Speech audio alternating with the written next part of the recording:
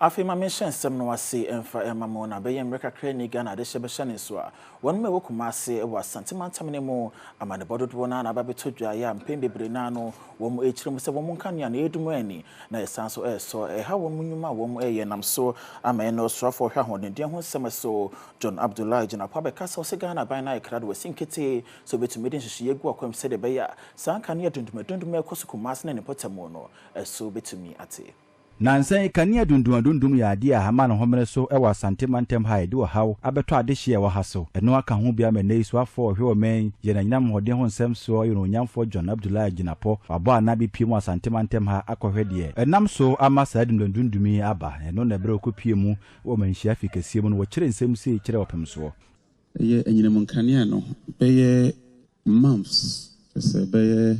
bosime beye na wotwe ekoi Enkania na engineer ye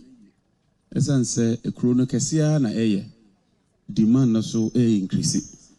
se demand na increase na se bia wo yusu tikwa se wo ditiko ne siwo na wo yusu articulator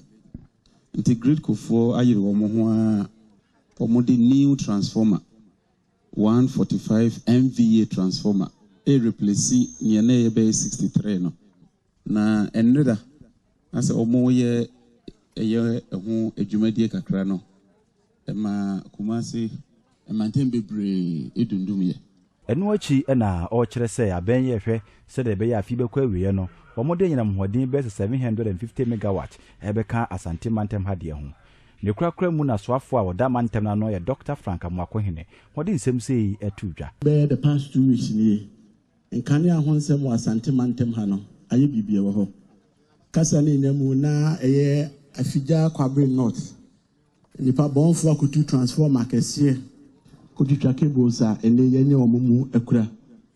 de sa aka ho ana se haye bibiri na makuruma yisum eye street light nsensem a o de cables ne sha ba ku bi wo ha copper ana wo ho ndi copper ne de omututwa ti ene minister kan ho asem a ene energy commission aye Adom omoma ye aluminium de na ebetima masa ndipa bonsem no atimi akofom